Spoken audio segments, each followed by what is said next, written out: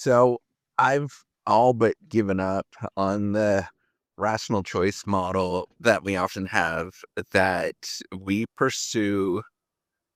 Um, we pursue, we come up with alternatives, then we come up with the best alternative based on some decision criteria, and we choose that particular alternative. This rational choice model is very persuasive, and it's used a lot in terms of how we understand the world. We have, one of the things we believe is that there's preferences that are ordered in a certain specific way, that we know what we often want.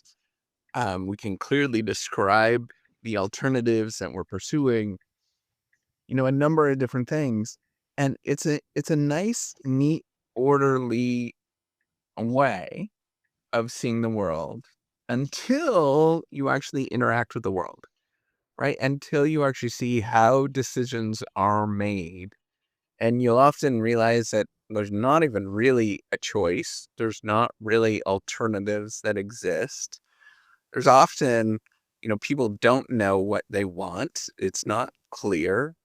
Um, they often sort of inconsistently choose at various different ways. There's often a lot of inconsistency when alternatives appear, when there is, um, a what is the right possible different preferences that we have. Um, but most often, if you look at the process, there's often not a decision that is ever really made in the sense that we sort of sit down and we have a bunch of different alternatives and we choose those particular alternatives in a very clear cut way.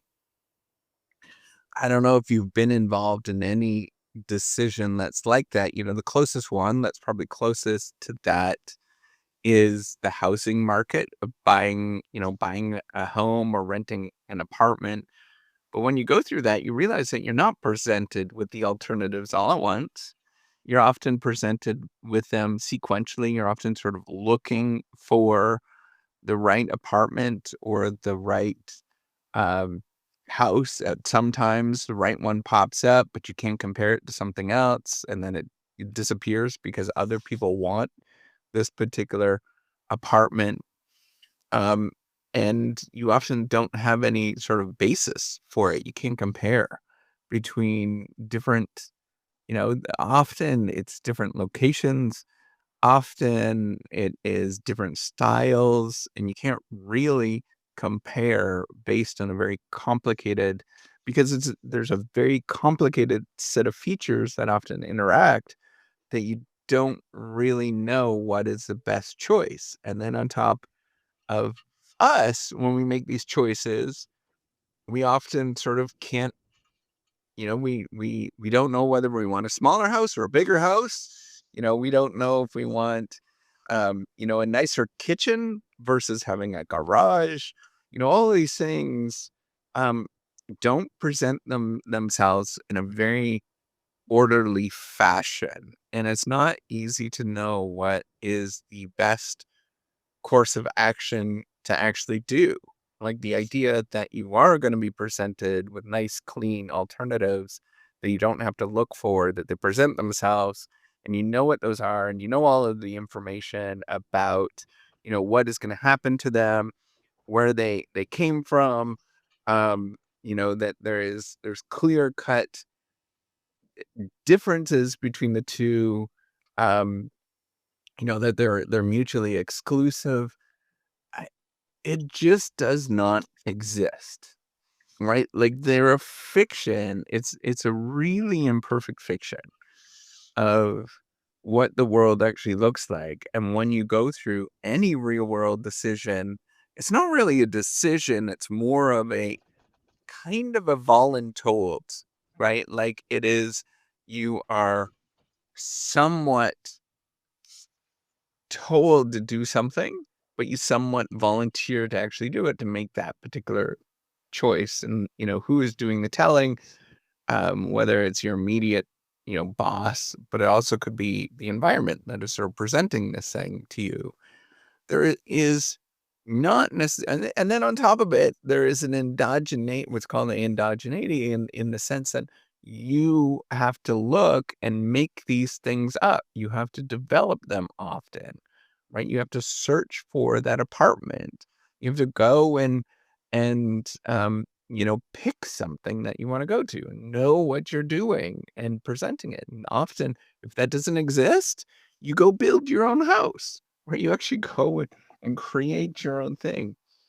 I'm just saying that, despite the fact that it's nice to have these frameworks, they just don't really work in the real world, right? Like they're a basis, and I think they're a basis for a lot of ways that we view the world.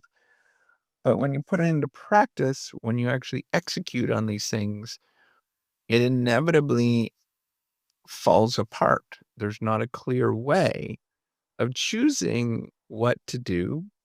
There's never any like moment where you're like, oh yeah, I know exactly to do. This percentage stuff is so easy, right? Like I can actually do this. No, um, it's a mess, right? And that's why I almost always default to, yeah, give yourself a lot more forgiveness. I'm much more on the side of think about rather than making the right choice, making a choice, whatever it is, and then forgiving yourself, working with it, massaging it, and just, know that there's not a perfect way. And you may make that choice, and then the environment completely changes, right?